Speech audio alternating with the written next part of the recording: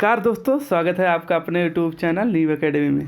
आशा करते हैं सभी मित्र अच्छे होंगे। मित्र, आज हम लोग समझने वाले हैं कि भारत का निर्वाचन आयोग। जैसे कि आप लोगों को पता है आज का दिन कौन सा है। आज के दिन को किस दिन के रूप से मनाया जाता है, किस दिन के रूप में मनाया जाता है तो पता ही है। 25 जनवरी को राष्ट्रीय मतदाता दिवस के रूप में मनाते हैं। जैसे प्रत्येक वर्ष जो है 25 जनवरी को यह मनाया जाता है। विश्व में भारत जैसे सबसे बड़े लोकतंत्र में मतदाता को लेकर कम होने क्यों मनाया जाने लगा, ये भी बात आती है। क्यों मनाना ज़रूरी था कि नहीं ज़रूरी था। क्यों इसलिए ज़रूरी था क्योंकि जब मतदाता के लिए रुझाव को कम देखते हुए राष्ट्रीय मतदाता दिवस मनाया जाने लगा था। इसके मनाए जाने के पीछे भी निर्वाचन आयोग का उद्देश्य यही था कि देश भर में सभी मतदान केंद्रों वाले क्षेत्रों में प्रत्येक वर्ष में सभी मतदाताओं की पहचान की जाएगी। उनकी उम्र जो है 1 जनवरी को जो है 18 वर्ष हो चुकी होनी चाहिए। इस सिलसिले में जो है 18 वर्ष या उससे अधिक उम्र के नए मतदाताओं के नाम मतदाता सूची में दर्ज किए जाएंगे और उन्हें जो है निर्वाचन फ़ोटो पहचान पत्र भी सौंपे जाएंगे। पहचान पत्र बांटने का काम जो है सामाजिक शैक्षणिक व जो होता है गैर राजनीतिक व्यक्ति करेंगे। ठीक है। इस मौके पर मतदाताओं की एक बैज भी दिया जाएगा जिसमें लोगों के साथ एक नारा अंकित होगा। कौन सा नारा अंकित होता है? मतदाता बनने पर गर्व है, मतदान को हम तैयार हैं। इसलिए जो होता है प्रत्येक वर्ष 25 जनवरी को राष्ट्रीय मतदाता दिवस मनाया जाता है। तो इसी के आज के दिन ही हम जो है शुरू कर रहे हैं भारत का निर्वाचन आयोग। ठीक है दोस्त, अब शुरू करते हैं कि एक किस भाग में संविधान में एक कहाँ वर्णित है। आप लोगों को पता है कि भाग 15 में अनुच्छेद 324 से 329 जो है ये तक चुनाव से संबंधित है। 324 जो है ये बहुत ही इम्पोर्टेंट है, इलेक्शन कमीशन ऑफ इंडिया। ठीक है दोस्त, ये देखना भारत में निर्वाचन आयोग किस आर्टिकल में है? आर्टिकल 324 में है। अब इसका काम क्या होता है कि जैसे कि आप लोग देख रहे हैं, इसका कार्य क्या होता है कि लोकसभा, राज्यसभा, विधानसभा, विधान परिषद, राष्ट्रपति और उपराष्ट्रपति का जो है इन्हीं के माध्यम से निर्वाचन तैयार कराना इनका काम होता है। तो ठीक है दोस्त, ये देख लिए हम लोग। इसके बाद आते हैं, ये जो है 25 जनवरी 1950 को निर्वाचन आयोग की स्थापना हुई। ये इम्पोर्टेंट पॉइंट बनता है। 25 जनवरी 1950 को भारत निर्वाचन आयोग की स्थापना की गई। कब की गई? 25 जनवरी को की गई। इसीलिए जो है प्रत्येक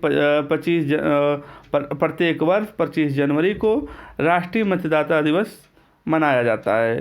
तो ठीक है दोस्त, ये देख लिए हम लोग। अब आते हैं, इसे नीचे पॉइंट बांधते हैं। पहले कितने सदस्य होते थे? पहले एक सदस्यीय आयोग था 1950 से लेकर 1989 तक। और ये इसमें जो सदस्य को तय कौन करता है तो राष्ट्रपति जी करते हैं। इसके बाद 1989 में 2 अन्य और हुए। कौन कौन थे देख रहे हैं हम लोग।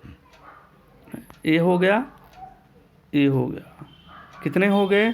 16 अक्टूबर 1989 में बहुसदस्यीय हो गया। जैसे कि एक तो मुख्य थे RBS पैरो शास्त्री और 2 अन्य थे। कौन था? SS धनोवा थे और VS सेंगल थे।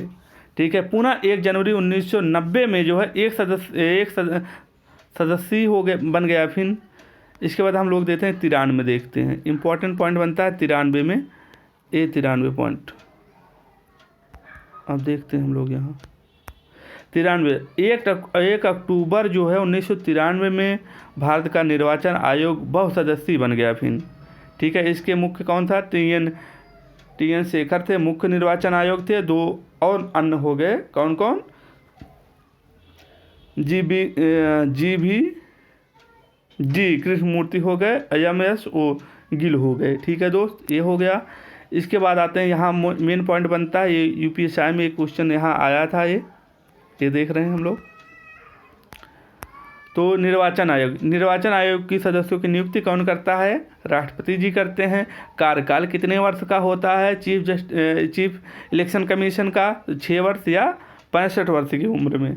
ठीक है। और इलेक्शन कमीशन का कितने होता है, 6 वर्ष या 65 वर्ष, जो भी पहले होगा वही माना जाएगा। इसके पहले भी अगर ये चाहें तो राष्ट्रपति को अपना त्यागपत्र दे सकते हैं। ये हो गया दोस्त। अब उन्हें हटाया कैसे जाता है, अब देख लीजिए हटाने की प्रक्रिया कैसी होती है। इन्हें जिस तरीके से हम लोग सुप्रीम कोर्ट के न्यायाधीश को हटाते हैं, हाई कोर्ट के न्यायाधीश को हटाते हैं, सेम प्रोसेस से इनको भी हटाया जाता है। देख रहे हैं कि जैसे आर्टिकल 124A जो है में सुप्रीम कोर्ट को हटाने का प्रावधान किया गया है। फिर इनके हाई कोर्ट कैग हुआ, इलेक्शन कमीशन हो, सेम प्रक्रिया से ही हटाया जाता है। जैसे सिद्ध कदाचार और असमर्थकता, मतलब वो कार्य में अपने समर्थ नहीं है, इसलिए 2 तरीके से इन्हें हटाया जाता है। इन सबका हटाने का तरीका एक ही है। इसके बाद आते हैं हम लोग जो देख रहे हैं इलेक्शन कमीशन को। राष्ट्रपति इलेक्शन जो है मुख्य जो है इलेक्शन कमीशन को के सिफारिश पर हटाते हैं। वेतन कितना होता है इनका, वेतन देख रहे जितना हम लोगों ने क्या पढ़ा था, हाई कोर्ट के मुख्य न्यायाधीश को पढ़ा था, कितना होता है, 2.5 लाख होता है। तो उसी तरह कौन किस निधि से दिया जाता है, भारत के संचित निधि से दिया जाता है। वेतन कौन तय करता है, वेतन संसद तय करती है।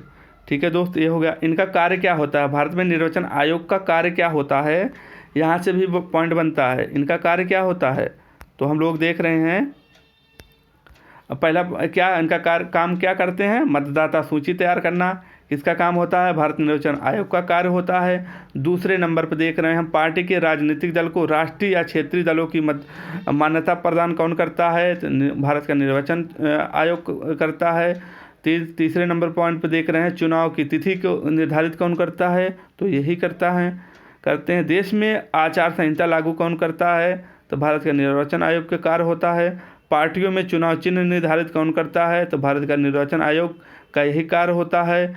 आकाशवाणी या मतलब जैसे प्रचार करना, पार्टी के प्रचार का समय निर्धारित करना इनका कार्य होता है। चुनाव रद्द भी कर सकते हैं। ठीक है दोस्त, ये हो गया। इसके बाद आते हैं कुछ आर्टिकल आते हैं। आर्टिकल में ये पूछा बहुत कम जाता है, बस 324 ही आर्टिकल पूछा जाता है। तो अब 325 लेकिन देख लेते हैं 325 में क्या है। 325 में यही है संसद का चुनाव, कितने मतदाता होंगे, ये सब है। ये देख लिए संसद का चुनाव जो होता है मतदाता होते हैं, और जिसमें जो है लिंग मूलवंश इन आधारों पर ना तो शामिल किया जा सकता और ना ही इन आधारों पर बाहर किया जा सकता है। कितने में है, अनुच्छेद 325 में है। इसके बाद 26 में आते हैं। 26 में क्या है, हम लोग 26 में देख रहे हैं। आर्टिकल 26 में क्या है, निर्वाचन, भारत में निर्वाचन जो है किस तरीके से किया जाएगा, वयस्क मताधिकार के आधार पर होगा। पहले इतना, ये तो बहुत ही इम्पोर्टेंट पॉइंट बनता है। इतना पॉइंट ये पूछा जाता है विभिन्न एग्जामों में, कहीं न कहीं आप पेपर उठा के देखें तो देखने को मिल जाएगा। 61वां संविधान संशोधन 1988 में उम्र को 21 वर्ष से 18 वर्ष कर दिया गया। उस समय राष्ट्रपति कौन थे, आर वेंकट रमन थे। ठीक है दोस्त, ये हो गया। चुनाव से संबंधित जो है कोई भी जो होता है विवाद होता है तो कौन करता है, चुनाव आयोग करता है। संसद हुए या विधानमंडलों के चुनाव पर कानून कौन बनाती है, तो संसद बनाती है। ये हो गया। 28 में क्या गया, 328 में क्या है, विधानमंडल से संबंधित हो गया। ये हो गया। 29 देख रहे हैं 329 में दिया है निर्वाचन से संबंधित किसी भी मामले में न्यायालय हस्तक्षेप नहीं करेगा। ठीक है, अब कुछ सुधार हो जाता है, चुनाव के सुधार जो देख रहे हैं हम लोग। ये सुधार देखते हैं क्या इसमें सुधार किया गया। देखिए, शैक्षणिक योग्यता आधार आपराधिक पृष्ठभूमि बनाना होता है। सजा रिहा संपत्ति या पत्नी के नाम पर संपत्ति बनाना होता है। इनका आदेश होता है कि पत्नी के नाम पर संपत्ति होना चाहिए। ठीक है दोस्त, ये हो गया। चुनाव सुधार देख रहे हैं। ईवीएम का सर्वप्रथम प्रयोग कब किया गया था, ईवीएम का जो है सर्वप्रथम प्रयोग कब किया गया था, तो आप लोग देख रहे हैं कि सर्वप्रथम 1998 में दिल्ली, मध्य प्रदेश, राजस्थान में किया गया था। इसके बाद 1999 में गोवा विधानसभा में किया गया था। 2004 में लोकसभा चुनाव पहली बार जो है ईवीएम का इस्तेमाल पूरी तरह से किया गया। ठीक है दोस्त, ये हो गया, ये तो हम लोग अभी देखे ही। अब देखते हैं इनकी जमानत राशि क्या होती है। जमानत राशि देखते हैं, संसद के सदस्यों को पहले देखते हैं तीसरे नंबर पॉइंट पे। पहले क्या था, एमपी जैसे हुआ कि इनमें 500 पहले था, फिर जो है वृद्धि हुआ 1000 10,000 हुआ, फिर जो है 25,000 हुआ। इस समय वर्तमान में कितना है, 25,000 है। इनका भी 25,000 है। जो SC ST हैं जो है संसद में, उनके लिए जो है 12,500 हो कर दिया गया। अब विधानमंडल में हम लोग देखते हैं, विधानमंडल में जमानत राशि कितनी होती है। तो वर्तमान में देख रहे हैं कि 10,000 हुआ और ये 5,000 हुआ वर्तमान में है, ये हो गया। अब देखते हैं कि शराब बिक्री भी बंद हो जाती है चुनाव के होने से 48 घंटे पूर्व जो होता है शराब बिक्री में पाबंद लगा देती है। और इस 5 नंबर पॉइंट पे आते हैं, उम्मीदवार की मृत्यु हो जाने पर चुनाव रद्द अब नहीं होता है। पार्टी का उम्मीदवार को जो होता है 7 दिन का समय दिया जाता है कि अपने उम्मीदवार का चयन करिए, उसे खड़ा करिए। ये हो गया। 1999 में देख रहे हैं डाक पत्र के द्वारा मतदान होना शुरू हो गया। कुछ जैसे कुछ निश्चित वर्ग को दिया गया यह अधिकार। ठीक है दोस्त, ये हो गया। अब कितना ये खर्च कर सकते हैं, तो कितना खर्च कर सकता है आप लोगों को पता है कि लोकसभा चुनाव के लिए 70 लाख जो होता है एक खर्च कर सकते हैं, और विधानसभा के लिए 40 लाख खर्च कर सकते हैं। स्टार प्रचारक के लिए जो होता है इनकी कोई सीमा नहीं है, स्टार प्रचारक कितना भी खर्च कर सकते हैं। ठीक है दोस्त, ये हम लोगों ने इस तरीके से देख लिया है। बस मेन आपको इतना ही याद रखना है कि भाग में आता है चुनाव आयोग, तो भाग 15 में है। और कौन सा आर्टिकल होता है, 324 आर्टिकल में इनके आयोग का गठन की बात की गई है।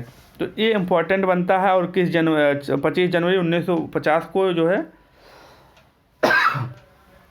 आयोग की स्थापना की गई। ये इतना बहुत इंपॉर्टेंट है, इतना हमें याद रखना चाहिए। ठीक है दोस्त, मिलते हैं अगले वीडियो में, तब तक के लिए अपना ख्याल रखना। धन्यवाद।